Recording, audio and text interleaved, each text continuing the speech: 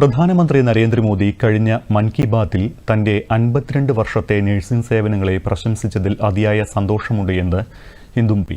ലക്ഷദ്വീപിന്റെ ആരോഗ്യമേഖലയിൽ മുൻകാലങ്ങളിൽ നിലനിന്നിരുന്ന പരിമിതമായ സംവിധാനങ്ങളെ അതിജീവിച്ചാണ് ആരോഗ്യ പ്രവർത്തകർ ദ്വീപുകളിൽ ചികിത്സകൾ നടത്തിയിരുന്നത് എന്നും അവർ ദൂരദർശൻ വാർത്തകളോട് പറഞ്ഞു.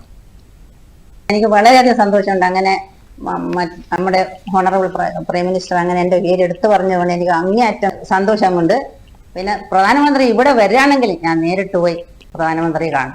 ഞാൻ ഒരു ലേഖനം വായിച്ചു, ഫ്ലോറൻസ് നൈറ്റിംഗേലിനെ പറ്റി.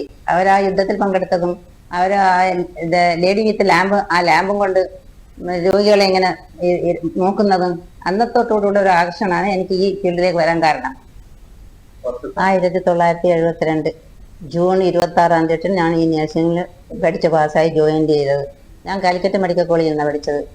അന്ന് വരുമ്പോൾ സാഹചര്യം വളരെ ലിമിറ്റഡ് സാഹചര്യമാണ് അന്നുണ്ടായത്.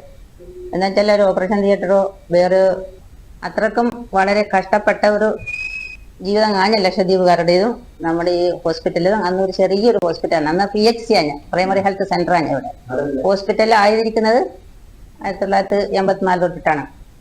അന്ന് ഓപ്പറേഷൻ ചെയ്തിന്, ചെറിയ ചെറിയ ഓപ്പറേഷനുകളും ചെയ്തിന് അത് ഞങ്ങൾ പെട്രോൾ മാക്സിമം എമർജൻസി ലൈറ്റും കത്തിച്ച് വെച്ചിട്ടായിരുന്നു അന്നത്തെ ഓപ്പറേഷൻ നടന്നത്. അത് ഞാൻ ദൃക്സാക്ഷിയാണ്. ഓപ്പറേഷൻ ഞാൻ പങ്കെടുത്ത ആളാണ്.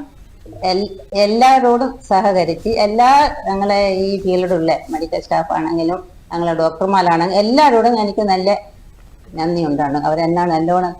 ഞാൻ അവരോട് നല്ലോണം സഹകരിച്ചാണ് തന്നെ. അവരോട് സപ്പോർട്ടുണ്ട്, എനിക്ക് നല്ലപോലെ അവരുടെ സപ്പോർട്ടുണ്ട്.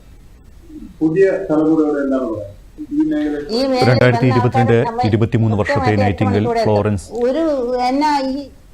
നാഷണൽ ഫ്ലോറൻസ് നൈറ്റിംഗേൽ അവാർഡ് ജേതാവ് കൂടിയാണ് കവരത്തി ദ്വീപ് സ്വദേശിനിയായ ഹിന്ദും പി.